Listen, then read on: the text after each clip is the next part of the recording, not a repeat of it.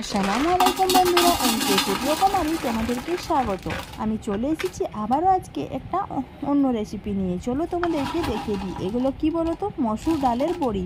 প্রথম দিন তোমাদেরকে দেখিয়ে দিয়েছি মসুর ডালের বড়ি। আজকে চলো রান্না করা দেখিয়ে দেব।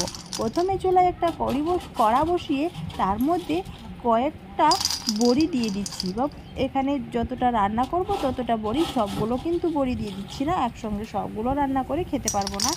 তাই অল্প সামান্য বড়ি দিয়ে বড়িগুলোকে একটু লালচে বর্ণ করে ভেজে নেব। প্রথমে শুকনো খোলায় ভেজে নিচ্ছি। চুলাটাকে ধরিয়ে কিছুক্ষণ শুকনো খোলায় ভেজে নেব। যখন দেখবো এটা গরম হয়ে গেছে তখন হাতা খন্তা ব্যবহার করব, বা পরিমাণ মতো তেল দিয়ে দেব। দেখো অল্প কিন্তু অপরটা শুকনো শুকনো ভেজে নিয়েছি। এবার পরিমাণ মতো তেল দিয়ে এটাকে আবারও ভেজে নিচ্ছি। ভালোভাবে এটাকে ভেজে নেব একটু লালচে বর্ণ করে। তাই যতটা লালচে বর্ণ করে ভাজবে খেতে কিন্তু তত বেশি ভালো লাগবে। আর লালচে বর্ণ চাইলে তোমরা নাও করতে পারো, তারও আগে তুলে নিতে পারো। আমি একটু লালচে বর্ণ করে ভেজে এটার মধ্যে পানি দিয়ে এটাকে ভালোভাবে সেদ্ধ করে নিচ্ছি। তোমরা যদি রান্না না করতে চাও, এরকম লালচে বর্ণ করে ভেজে এটাকে গুঁড়ো করে কাঁচা লঙ্কা পেঁয়াজ দিয়ে সেনেও খেতে পারো। দেখো আমার কত সুন্দর সেদ্ধ হয়ে গেছে। এবার এই সেদ্ধ ও মসুর ডালের বড়িগুলোকে এবার রান্না করতে যাচ্ছি। চলো এখানে পেঁয়াজ নিয়ে নিয়েছি, আর তার সাথে নিয়ে নিয়েছি অল্প সামান্য সরষে আর কাঁচা জিরে, শিলবাটায় বেটে নিয়েছি। কড়ার মধ্যে দিয়ে দিলাম মশলাটা।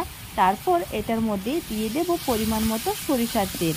সরিষার তেল দিয়ে এবার এটাকে কিছুক্ষণ নাড়াচাড়া করে একে একে মশলা দিতে থাকবো। চলো কী কী মশলা দিচ্ছি সেটাই তোমাদেরকে দেখাতে থাকি। প্রথমে এখানে দিয়ে দিলাম পরিমাণ মতো লবণ। পরিমাণ মতো লবণ দেওয়ার পর দিয়ে দিলাম 1 চা চামচ হলুদের গুঁড়ো ও পরিমাণ মতো দিয়ে দিচ্ছি আধা চামচ লঙ্কার গুঁড়ো। যেহেতু পেঁয়াজে লঙ্কা বাটা আছে তাই অল্প সামান্য লঙ্কা ব্যবহার করেছি। তোমাদের ঝালটা তোমাদের পছন্দের মতো দিয়ে দেবে। এই যে এবার ফুটতে শুরু করেছে, তার সাথে দিয়ে দিচ্ছি গোল গোল করে কেটে রাখা একটা টমেটোকে একটা কুচি করে নিয়েছি, খুব কুচি করিনি, শুধু গোল গোল করে পিস করে নিয়েছি। বা তার মধ্যে দিয়ে দিচ্ছি কয়েক টুকরো মাছ ছিল 2টা পিস। 2 পিসে মাছে রান্না করে তো সবার হবে না, তাই এটাকে ভুড়ি বানাতে হবে, না হয় রান্না করতে হবে। তাই চলো আমি আজকে বড়ি দিয়েই রান্না করে দেখাই সবার হয় কি না আর কতটা হচ্ছে সেটাও তোমাদেরকে দেখাচ্ছি। মাছগুলোকে দিয়ে মশলার সঙ্গে একটু উল্টে পাল্টে নিলাম। তারপর এই যে সেদ্ধ করে রাখা বড়িগুলো মাছের মধ্যে দিয়ে দিয়েছি। এবার এইটাকে উল্টে পাল্টে আরও কিছুক্ষণ কষিয়ে নেব। আর বড়িগুলো ভালো করে সেদ্ধ করে নেবে লবণ দিয়ে সেদ্ধ করলে ভালো সেদ্ধ হয়ে যাবে।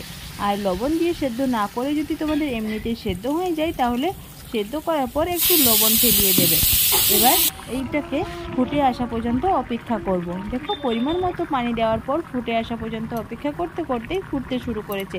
আবার শেষ পর্যায়ে দিয়ে দিলাম অল্প সামান্য চিনির দানা কেন দিই সেটা তোমাদেরকে প্রত্যেক ভিডিওতেই আমি বলে দিয়েছি। চিনির গুণাগুণ চাইলে তোমরা দিতেও পারো, না দিতেও পারো, এটা দিতেই হবে তার কোনো কথা নাই, কিন্তু দিলে তরকারির টেস্টটা কিন্তু সত্যিই খুবই বাড়ে আর খুবই খেতে ভালো লাগে। তোমরা তোমাদের পছন্দের মতো দেবে। তোমরা এবার কিন্তু একবার হলেও বানিয়ে দেখো কিন্তু বন্ধুরা। টাটা।